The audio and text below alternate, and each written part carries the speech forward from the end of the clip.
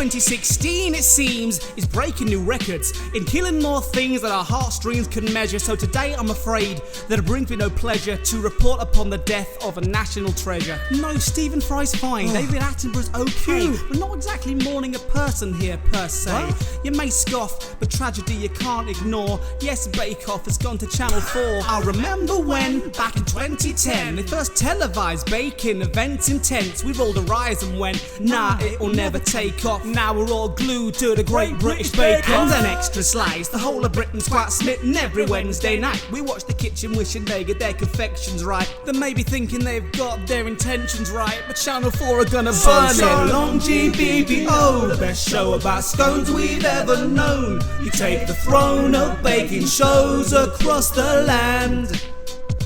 Know that you won't be forgotten. We cried so much we all got soggy bottoms, cause Channel 4 is absolutely rotten for your brand.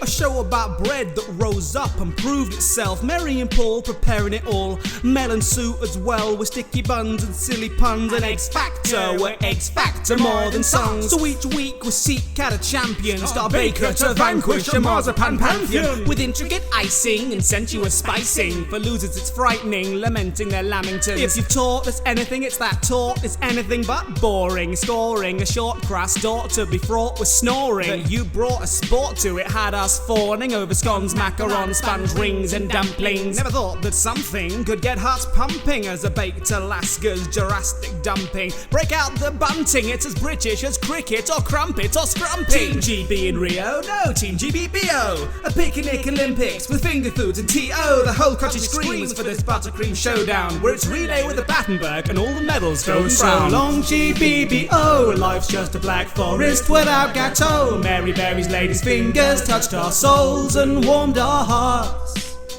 Why the beep gave you up is just a mystery. Now there will be misery without patisserie. Guess the best baking show in history is too good to last.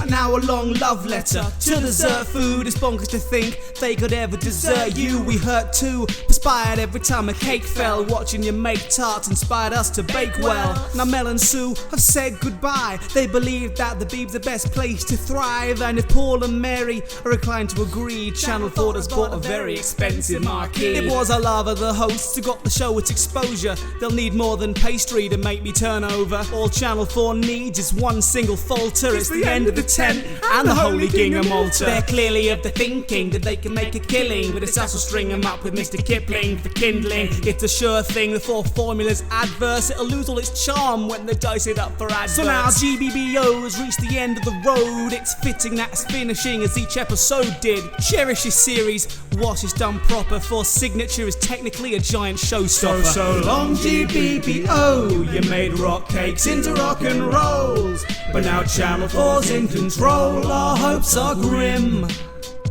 And whilst I pray the new version takes up, any great souffle deflates with a shaker. Overworked pastry's bound to flake up, the chance is slim. Unless Perry verifies in Hollywood handshakes, you may as well be flipping us another pancakes. You got a good rise out of the fan base, very well done.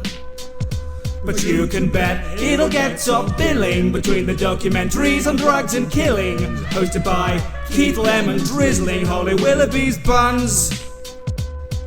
Later on 4, child rape and methamphetamines will increase government surveillance, stop immigrant gang violence, animal abuse and benefit fraud in the House of Lords.